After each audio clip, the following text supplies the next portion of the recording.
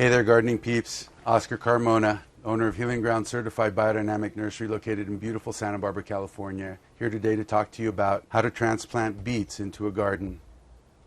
Beets, like carrots and most root crops, are easily seeded into a garden, but it's also possible to transplant them with care. And here I've got some beets that are in my 4-packs, which I sell through my biodynamic nursery Healing Grounds. But if you carefully remove the plant from its container and insert it into the ground at level that it's planted and then water it well, you'll find that the plant will take to the garden environment readily. And so it's not as difficult as most people make out. It's really more a matter of delicate and yet at the same time firm. And these are not too bunched, so I'm going to actually not even bother to separate them. And because they're root crops, the root is the crop in essence, you don't need to plant them far apart because the leaf parts, which are edible and highly nutritious, will not take up a lot of space over the ground. So roughly about 3 to 4 inches of space.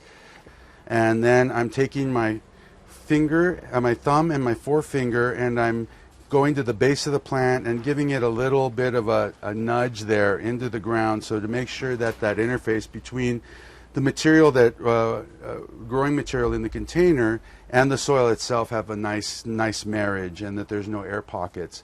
And then I'm also leveling out the surface of the soil just to make sure that it stays even. It makes it easier to deal with the plants as a whole. They get equal treatment, if you will. And as I said, because these are not heavily bunched, I'm just going to not even bother to separate them out. Oops, I think I pulled that out, so I'm not going to plant that.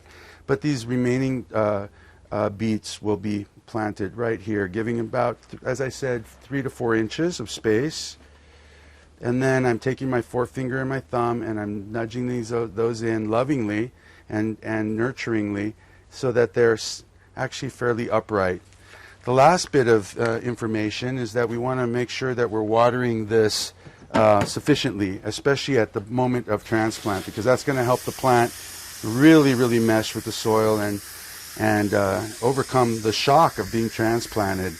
And I've got a rose end here, so to make sure that my water isn't streaming out too strongly. You notice that the plants will be bent over here for a little bit, but they will eventually sit upright once they get established. Give them a few hours. It's a windy day here at the nursery, so I'm planting these indoors, and that's so that the wind won't whip these plants about. If it were windy and you were planting them, you'd probably want to provide some sort of shelter so that they're not getting whipped about and they have a chance to recover.